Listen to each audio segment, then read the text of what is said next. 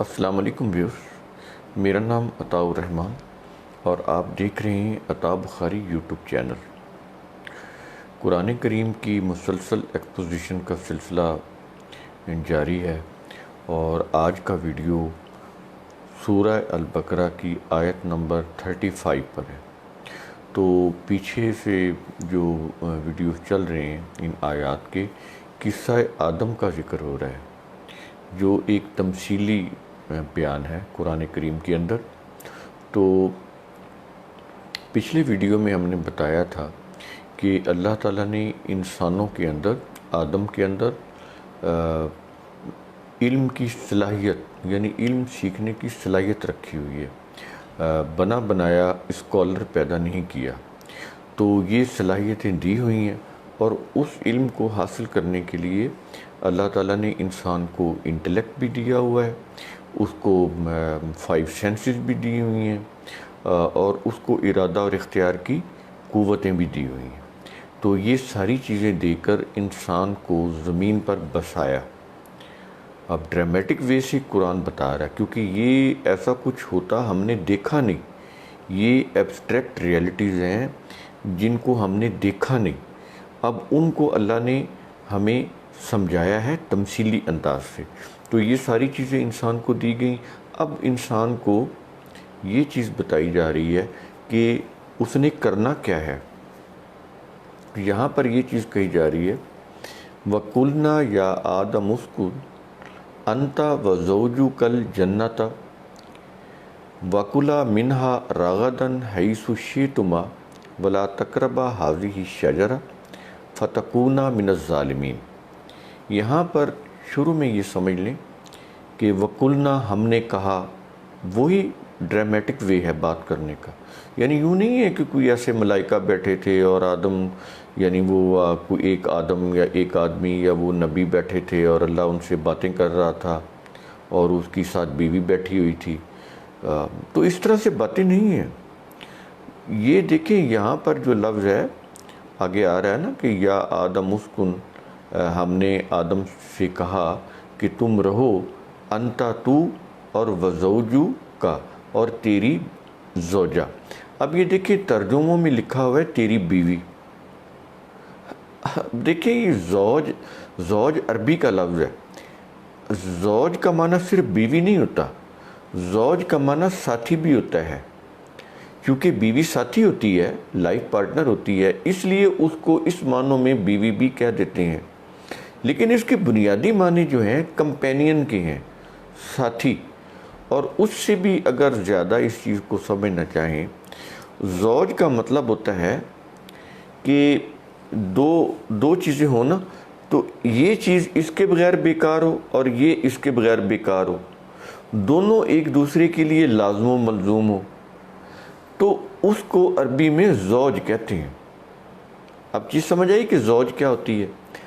اب اس کو آگے پھیلائیں تو اب یہ دیکھیں جو خامند ہوتا ہے ہسبینڈ، اس کے بغیر وائف بیکار ہے، وائف جو ہے وہ خامند ہسبینڈ کے بغیر بیکار ہے، یہ لازم و ملزوم ہو گیا نا۔ تو بنیادی معنی اس کے اندر کمپینین کے آتے ہیں، ساتھی کے آتے ہیں۔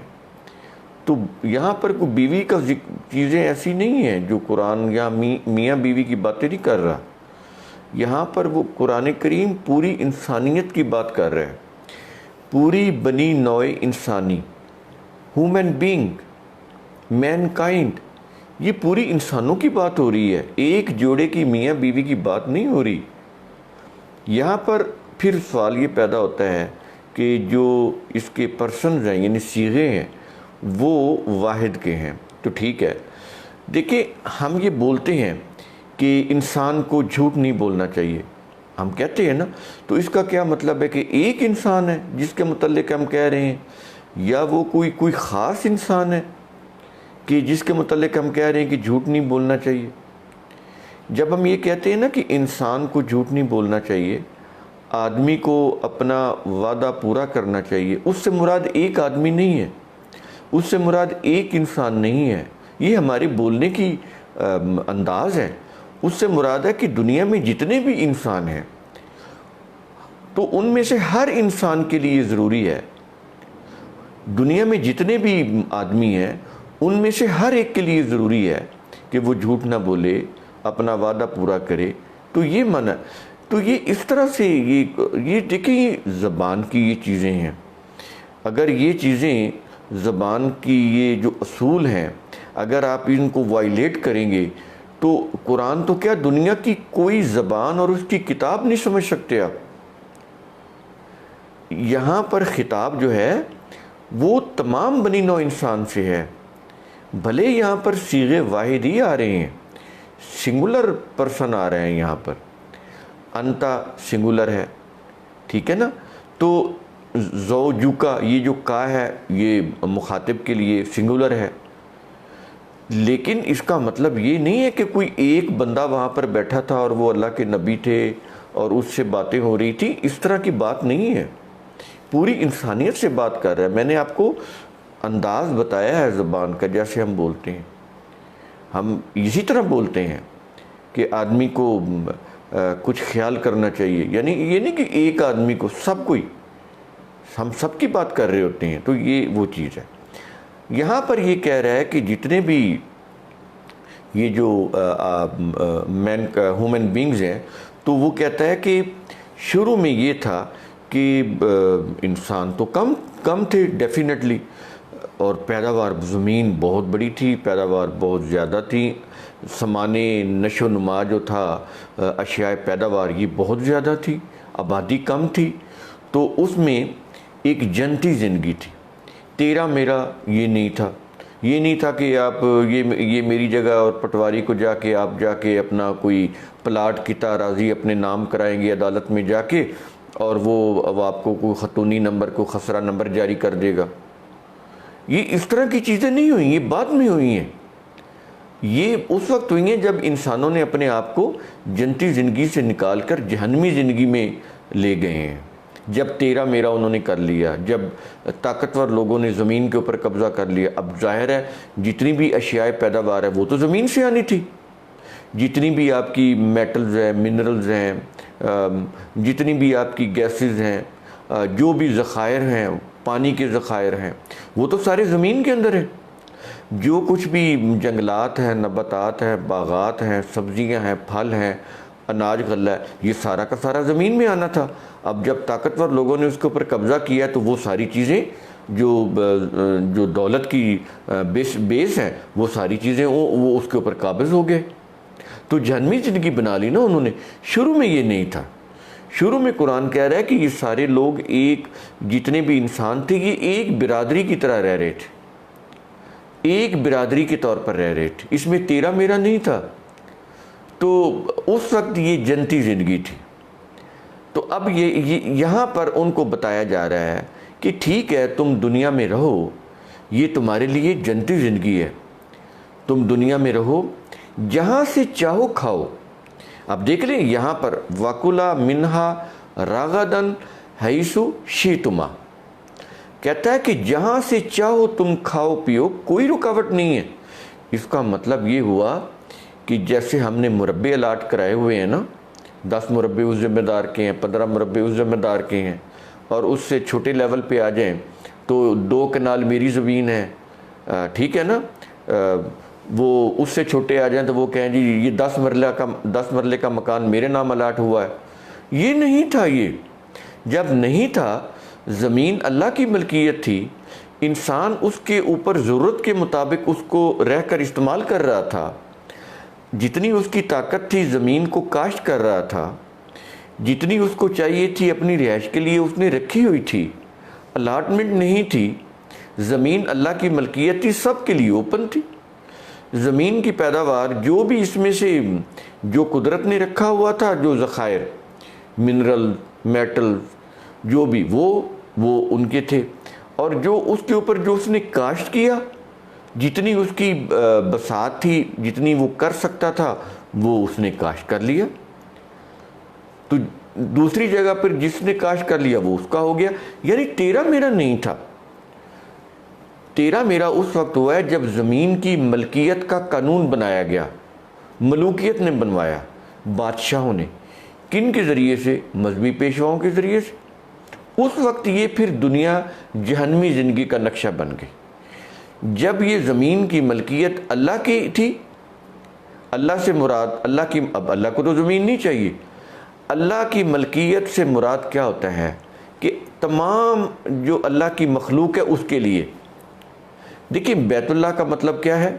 اللہ تعالیٰ نے گھر کو بیتی کہا ہے، یعنی میرا گھر۔ اب میرے گھر سے کیا مراد ہے؟ یعنی یہ جو گھر ہے نا، یہ ساری انسانیت کا ہے۔ اور انہوں نے کیا کیا، اس کے اوپر وہ کر دیا کہ یہ یہاں پر ہندو بھی داخل نہیں ہو سکتا، یہاں پر کرسچن بھی داخل نہیں ہو سکتا، جیوز بھی داخل نہیں۔ قرآن نے نہیں کہا۔ یہ سورہ حج جو ہے اس کے اندر حج کا ذکر ہے، آپ کھول کر دیکھیں، کہیں بھی یا ایھا المومنون نہیں کہا گیا، یا ایھا الذین آمنوا نہیں کہا گیا، یا ایھا الناس، یا ایھا الناس۔ انسانوں سے خطاب کیا گیا ہے۔ جب حج کی بات ہوئی ہے، سورہ حج میں پورا وہ بتایا گیا ہے حج کے متعلق پروسیجر، تو وہاں پر مومنین سے کوئی خطاب نہیں ہے اسپیسیفک، تمام انسانوں سے خطاب ہے کہ وہ یہاں پر آئیں۔ انہوں نے کہا کہ ہم تو مسلمان ہیں، ہم تو موحد ہیں، اور باقی جو لوگ ہیں وہ مشرک ہیں، وہ نجس ہیں، لہٰذا ان کا داخلہ جو ہے وہ بیت اللہ میں بند ہے۔ قرآن نے نہیں بند کیا بیت اللہ کے اندر داخلہ، مذہب کے لوگوں نے بند کیا۔ وہ تو یا ایھا الناس کہہ رہا ہے تمام انسانیت کو، اس میں تو جیوز بھی آ گئے، کرسچن بھی آ گئے، اس میں تو ہندو بھی آ گئے، بدھ مذہب بھی آ گیا، سارے لوگ آ گئے۔ وہ تو یا ایھا الناس کہہ رہا ہے، یا ایھا الذین آمنوا یا ایھا المؤمنون نہیں کہہ رہا۔ تو انہوں نے مذہب کی روح سے ان کا داخلہ بند کر دیا کہ یہ نجس ہیں۔ نجس کا معنی غلط کر دیا، یعنی کوئی جسم کے اوپر کوئی پلیدگی ہے، حالانکہ ہندو تو ان سے بھی زیادہ نہاتے ہیں۔ یہاں پر قرآن کریم نے جسمانی پلیدگی کی بات ہی نہیں کی، جسمانی فزیکل پولوشن کی بات نہیں کرتا، وہ مینٹل پولوشن کی بات کرتا ہے کہ اس دماغ کے اندر جب غیر قرآن قوانین آئیں گے، نظریات آئیں گے، ان کی روح سے اپنا کوئی سیاسی، اپنا کوئی معاشی اور مذہبی نظام بناؤ گے ریاست کا، تو پھر برباد ہو جاؤ گے۔ یہ ہے شرک، ایسا کرو گے تو نجس ہو جاؤ گے، یہ نجس ہے۔ ورنہ جسمانی جو غلاظت ہے اس کی تو قرآن بات ہی نہیں کرتا، وہ تو ہر شخص کو پتہ ہے کہ یہ گندی چیز ہے، میں نے ہاتھ دھونے ہیں، یا مجھے پسینہ آیا ہوا میں نے نہانا ہے۔ یہ تو مسلم ہو غیر مسلم ہو، وہ تو ساری اس میں یہ صفائی کرتے ہیں۔ قرآن کریم نے تو یہ فزیکلی کلیننس کی بات ہی نہیں کی، وہ مینٹل کلیننس کی بات کرتا ہے۔ سمجھ آئی یہ چیز، یہ کیا ہوتی ہے؟ تو ہم واپس اپنی ٹاپک کی طرف آتے ہیں۔ تمام انسانیت کی بات کر رہا ہے کہ جب انہوں نے تیرا میرا نہیں کیا تھا، زمین کے اوپر لائنیں کھینچ کے ملکیت قائم نہیں کی تھی، تو یہ زمین جنت کا نقشہ تھی۔ یہاں پر انسانوں کی زندگی جنتی تھی، جہاں سے کوئی چاہتا کھا لیتا تھا، کیونکہ وہ کسی کی ملکیت ہی نہیں تھی، اللہ کی ملکیت تھی۔ اللہ کی ملکیت کا مطلب ہے اس کے بندوں کی ملکیت، اس میں کسی سے پوچھنے کا مطلب کیا ہے؟ جہاں کوئی باغ لگا ہے وہ جا کے پھل لے کے کھا لے، نہ اس کو خریدنے کی ضرورت ہے، نہ اس کو مشقت کر کے پیسے کمانے کی ضرورت ہے کہ وہاں جا کے وہ اس کو پیسے دے گا تو وہ اس کو پھل دے گا۔ یہ اللہ نے تو نظام نہیں بنایا، یہ تو انسانوں نے بنایا۔ جب ملوکیت قائم ہوئی، زمین کے اوپر ملکیت قائم کی انسانوں نے، تو اس وقت یہ جہنمی زندگی بنی۔ اس وقت پھر انسانوں نے اپنے آپ کو مشقت میں ڈالا۔ اب قرآن نے پہلے ہی یہ چیزیں ابھی نہیں ہوئی تھی تو پہلے ہی بتا دیا۔ کیا بتایا؟ کہا کہ جہاں سے یہ جنتی زندگی ہے، جہاں سے چاہو کھاؤ، بڑے آرام سے رہو، کوئی مشقت کی زندگی نہیں ہے، بڑے آرام سے رہو۔ لیکن کیا ایک چیز سے منع کیا، اور انسانوں نے وہی کی۔ کیا کہا؟ کہ وَلَا تَقْرَبَا هَٰذِهِ الشَّجَرَةَ، کہا کہ اس شجرہ کے قریب نہ جانا۔ یہ ہے وہ نقطہ جہاں پر انہوں نے جان بوجھ کے دھوکہ دیا مذہبی پیشواؤں نے، یا لا علمی میں، میں نہیں سمجھتا کہ لا علمی میں دیا، کیونکہ ان کو پتہ ہے کہ شجرہ کا معنی کیا ہے۔ تھوڑی سی بھی عربی بولنے والا سمجھنے والا اس کو پتہ ہے کہ شجرہ کا معنی درخت نہیں ہوتا. شجرہ مشاجرت لڑائی جھگڑا اس کا معنی درخت بھی ہوتا ہے، لیکن صرف یہ معنی لے لینا کہ اس کا معنی یہاں پر درخت ہے یہ غلط ہے. اچھا یہ درخت اس کا معنی کیوں لیتے ہیں؟ شجرہ آپ کہتے ہیں نا کہ وہ شجرہ دکھائے، یہ یعنی لڑیاں ہوتی ہیں نا نسل کی، فلاں کا بیٹا فلاں کا آگے وہ بھائی فلاں وہ بیوی اس سے آگے بچے، ایسے لڑیاں چلتی ہیں نسلوں کی. درختوں کی بھی لڑیاں ہوتی ہیں، ٹری یہ لڑیاں ہوتی ہیں. آپ یہ دیکھا شاخیں ہوتی ہیں ایک درخت کے اوپر ایسے وہ بشی ہوتا ہے، کیسے کوئی شاخ ادھر جا رہی ہے کوئی شاخ ادھر جا رہی ہے کوئی اوپر جا رہی ہے کوئی نیچے جھکی ہوتی ہے، تو اس کی مختلف شاخیں ہوتی ہیں. ان مختلف شاخوں کا جو ایک گروپ ہوتا ہے وہ درخت بنتا ہے. اس درخت کی شاخیں مختلف، ان کی ڈائریکشن مختلف، ان کی جو رخ ہیں وہ مختلف، ان کی شکل کوئی ٹیڑھی میڑھی کوئی سیدھی مختلف. یہ جو اختلاف ہے ان کی شجرہ ڈالی ڈالی وہ جو ہوتا ہے ان سے مل کر ایک درخت بنتا ہے. تو اس لیے اس کو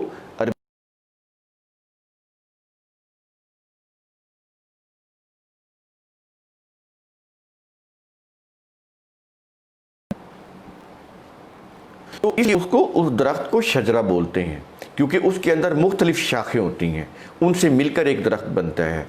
تو وہ چونکہ مختلف ہوتی ہیں یہیں سے آ جاتا ہے اختلاف، لڑائی جھگڑا فساد. وہ کیوں ہوتا ہے؟ ذاتی مفاد کے لیے. جب انسان کے جو ذاتی مفاد پر مبنی سرکش جذبات غالب آ جاتے ہیں تو وہ اپنے مفاد کے لیے دوسرے کا قتل بھی کرتا ہے، دوسرے کا حق بھی مارتا ہے، اس کا حق غصب کرتا ہے، اس کے لیے وہ دوسرے کا مال بھی چھینتا ہے، غبن بھی کرتا ہے، رشوت بھی لیتا ہے، بدعنوانی بھی کرتا ہے، دودھ میں ملاوٹ بھی کرے گا، زمین کے اوپر قبضہ بھی کرے گا. یہ سارے ظلم کرے گا. کس کے لیے؟ مفاد پرستی کے لیے. جو اس کے ذاتی مفاد پرست جذبات اگر اس کے اوپر غالب آ جائے. قرآن کہتا ہے یہ کام نہیں کرنا، پوری انسانیت کا فائدہ سوچنا ہے. اور جب یہ سوچو گے تو پھر تم اختلاف کے قریب نہیں جاؤ گے.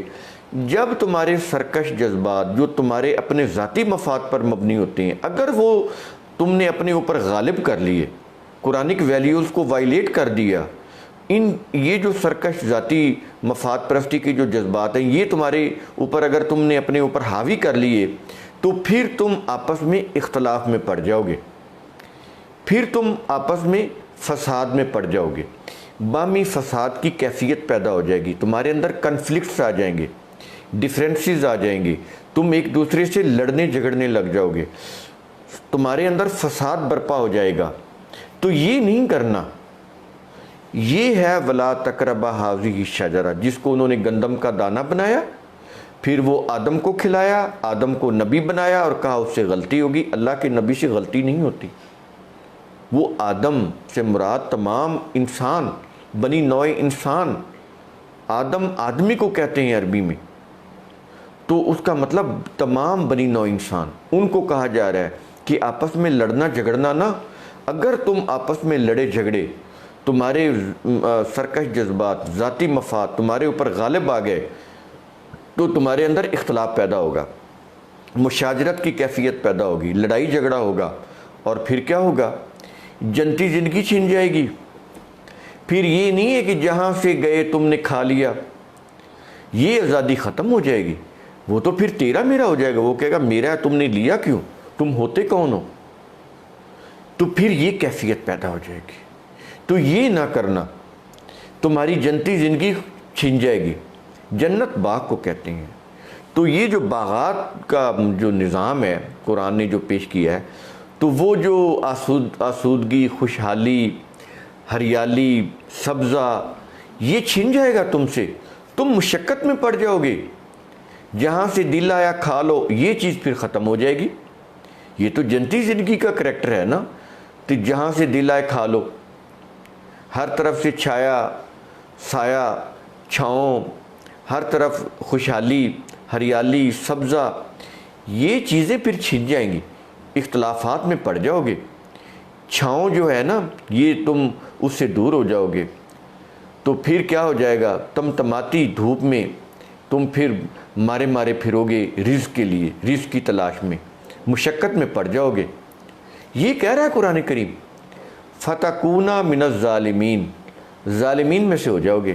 اب ظالمین وہ کن کو، یہ ظلم کرنے والے۔ اب ظلم کیا ہوتا ہے، جو چیز جس جگہ پر ہونی چاہیے اس کو اس کے جائز مقام پر نہ رکھنا، اس سے اس کو بلند کر دینا یا بالکل نیچے لے جانا، عربی کے اندر اس کو ظلم کہتے ہیں۔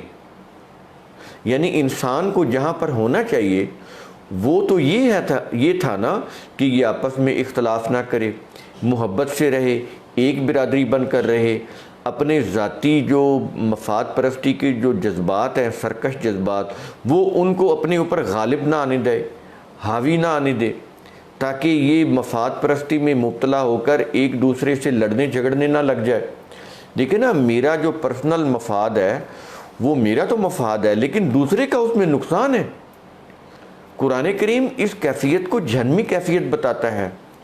وہ کہتا ہے کہ فائدہ وہ ہوتا ہے جو عالمگیر ہو۔ اگر معاشرے کے اندر 1000 لوگ رہ رہے ہیں، یہ 1 لاکھ لوگ رہ رہے ہیں، یہ 1 کروڑ لوگ رہ رہے ہیں، اگر چند لوگ اپنا مفاد لے لیں تو باقیوں کا تو نقصان ہو جائے گا۔ یہ جہنمی زندگی ہے۔ تو فائدہ کس کو قرآن بولتا ہے؟ وہ اس کو بولتا ہے کہ ایسا فائدہ جو تمام انسانیت کے لیے ہو، چند لوگوں کے لیے نہ ہو۔ چند لوگوں کا فائدہ باقی لوگوں کے لیے نقصان ہوگا۔ تو اس صورتحال میں ایک کا فائدہ دوسرے کا نقصان ہو جائے گا، دوسرے کا نقصان تیسرے کا فائدہ ہو جائے گا۔ اس سے تو معاشرہ فساد کی لپیٹ میں آ جائے گا، معاشرہ جہنمی بن جائے گا۔ تو اس لیے وہ کہتا ہے کہ مفاد پرستی کے جذبات کو غالب نہ آنے دینا۔ یہ ابلیس کے جذبات ہیں، یہ شیطانی جذبات ہیں، ان کو دبا کر رکھنا ہے، ان کو دبا کر رکھنا ہے، ان کو غالب نہیں آنے دینا اور اختلاف میں نہیں پڑنا۔ تو پھر تم جنتی زندگی میں رہو گے، جہاں سے چاہو گے کھاؤ گے، کوئی روک ٹوک نہیں ہوگی، آزادی ہوگی، خود مختاری ہوگی۔ اس کے اندر دیکھیں آزادی بہت بڑی نعمت ہے۔ آپ کہیں جا رہے ہوں، کوئی 10 بندے آ کے اوئے تم ادھر کیوں جا رہے ہو، چلو ادھر چلو، تو دیکھیں آپ کی کیفیت بدل جائے گی، کیونکہ آپ کی آزادی سلب کر لی کسی نے، آپ کا جو ارادہ و اختیار تھا وہ سلب کر لیا ظلم سے۔ تو اس سے معاشرے کے اندر فساد برپا ہوتا ہے، غصہ پیدا ہوتا ہے، ناراضگی پیدا ہوتی ہے، اس سے لڑائی ہوتی ہے، جھگڑا ہوتا ہے، فساد ہوتا ہے۔ تو یہ چیز اس آیت کے اندر یہ چیز کہی جا رہی ہے۔ یہ 35 نمبر کی آیت کا کانسیپٹ سمجھے جو میں نے آپ کو بتایا ہے، اس کے اوپر اب خود غور کریں، تو پھر یہ سمجھ آئے گا کہ یہاں پر قرآن کریم نے کتنی بڑے حقیقت سے انسان کو آگاہ کیا ہے اور کس طرح سے سمجھایا ہے تمثیلی انداز میں۔ تو اپنا خیال رکھیں، اپنے ارد گرد کے لوگوں کا خیال رکھیں۔ شکریہ۔